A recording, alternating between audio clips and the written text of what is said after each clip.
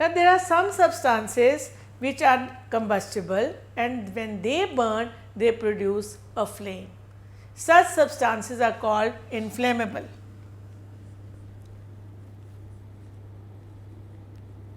Like your candle, they produce a flame.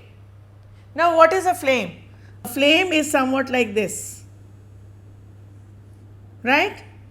If you burn a candle and then take a glass slide and keep above it, after some time what you will find is there is a black ring formed on it. Why? Because of the unburnt carbon particles that got deposited on the slide. You can do something more. You can take a wire and then just keep it inside the flame. Now, what you will find is this copper wire becomes red hot and there is no black ring. Now, what is the result or what is the conclusion that you can draw out of this? First of all, that a flame or in the structure of the flame there are two zones. One is luminous and second is non-luminous.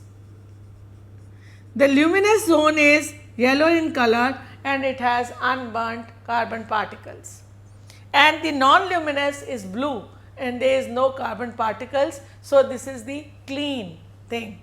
So, that is why when LPG is used, you must have seen that the flame is blue in color, and sometimes when the slits or the holes get blocked, then the flame becomes yellow, because there is not enough oxygen coming. So, there is not enough burning taking place, and as a result there is carbon particles.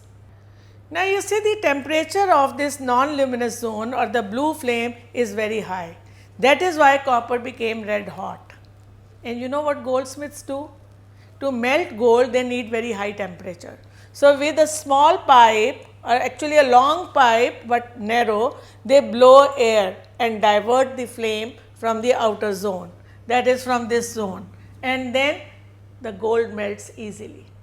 So, all these points only prove this, that the temperature in the non-luminous zone, that is in the blue flame, is much more than the luminous zone.